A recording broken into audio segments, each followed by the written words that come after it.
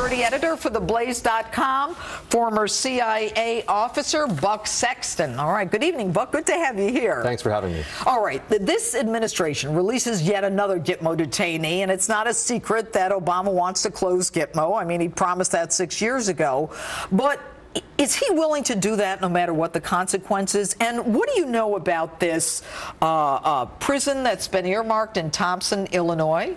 The president wants to do this. He's said that from the very beginning. What you see now is a president who is essentially free of the constraints of having to face the electorate once again. So he's able to act more freely. So I think there's a much higher likelihood that he's going to go forward with this. If it were easy, he would have already done it. He said 100 times, I'm going to do this, I'm going to do this. And as for the facility in Illinois, this is what a lot of people have been worried about from the beginning. The idea that you would transfer these detainees to the U.S. There are security risks with that, obviously. Even in the Supermax facility, it's not necessarily that a jailbreak will happen, but that people may try to attack the facility or around it just to make a point about what's and then also on top of that, it could trigger a whole bunch of extra civilian protections for them, which is another concern that people have about bringing them here. So I think Obama's willing to do these things. You mean protections in terms of the courts and habeas corpuses and all, getting them released from prison. And my concern, obviously, is that if they now are going to be covered by the civilian criminal court laws, then Americans are in more jeopardy, at least in Cuba and Gitmo. I mean, it's not a place where we have to worry about them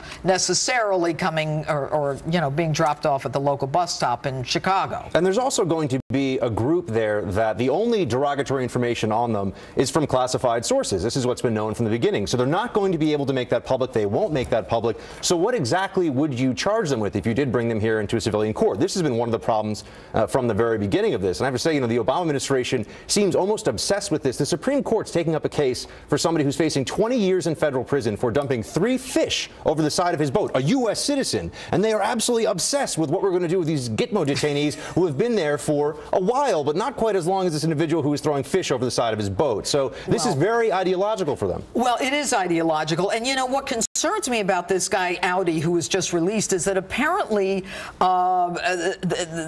Syria, someone from the Khorasan group in Syria tweeted a congrats on the release before the release.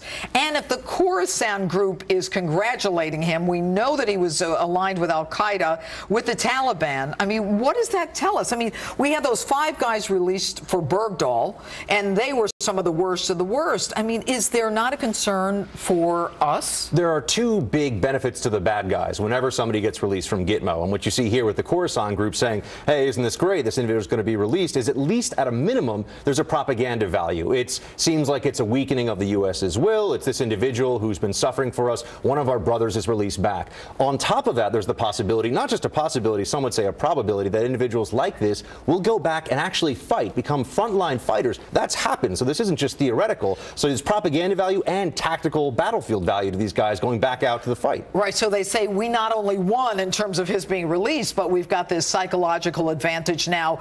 The United States either knows it's wrong or we have a friend in the White House. But our own Catherine Herridge reports that this detainee is linked to terrorists in Syria.